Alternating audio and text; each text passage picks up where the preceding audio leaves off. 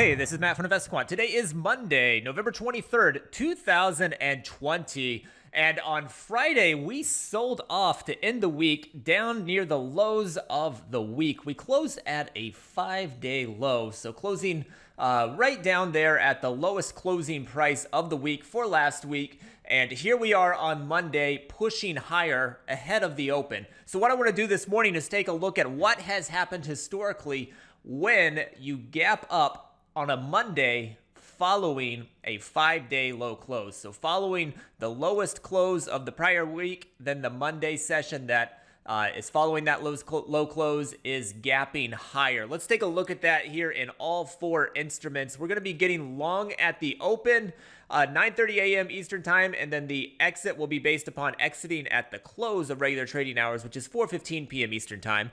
For the opening filter, we're currently trading up near the prior day high, so that's one that's probably worth digging into once we get closer to the open and we know if we'll be opening up there or not. That is found right here in the opening area section, open above prior day high. But for now, I'm just going to say gap up because I don't know if we're going to be above the high or not. Next, I'm going to go into price patterns, and I'm going to grab the day after a 5-day low close, which is right here in the new lows section, this top option. I'm just going to hit equals next to that.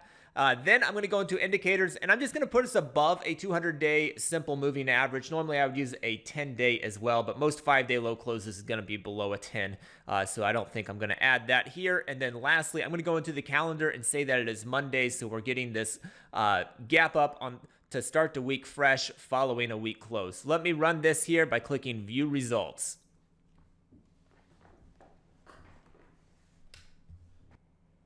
And here we go. So these are the results of going long on Monday when you gap up following a 5-day low close. This is taking place above a 200-day simple moving average. Now, historically, we've got 85 samples in the S&P dating back to 2003. The NASDAQ, 85 samples. The Dow, 82 samples. The Russell, 81 samples. If we take a look at the win rates here, they are favoring the long side. So we've got a decent amount of samples, and 3 of the 4 have win rates above 60%. NASDAQ a little bit weaker than the others, but you've got the S&P coming in at 64%. You've got the Dow 63%, the Russell 62%, and then NASDAQ the weakest at 56%. So all of them are favorable on win rates, with 3 out of 4 being a little bit stronger here and north of 60% on that win rate. And if we take a look at the average win to average loss, you'll notice they're pretty similar in the S&P, not one side being skewed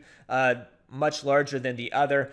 With the NASDAQ, the average loss is a little bit larger than the average win. So NASDAQ has the weakest win rate, and the average loss is a little bit larger than the average win. And if you look at the Dow and the Russell, both of those have pretty similar size average win and average loss. So the S&P, the Dow, and the Russell all have win rates north of 60%, and the average win and average loss are pretty similar in size. So historically, this pattern has been a bit favored on the long side that is setting up this morning. Like I said, the opening filter is one that you'll probably want to dig into once you get closer to the open to see how that impacts these results when you're gapping above the prior day high or you're gapping up within the prior day range. That can make an impact there. And before I sign off here, it is Thanksgiving week. We will have an abbreviated week for the daily IQs this week. We've got one this morning. There will not be a daily IQ this afternoon or tomorrow. We'll have another one out on Wednesday morning, and then that will be the last one for the week. So it'll be an abbreviated week, but hopefully they'll be helpful for you. But good luck today, and we will see you next time.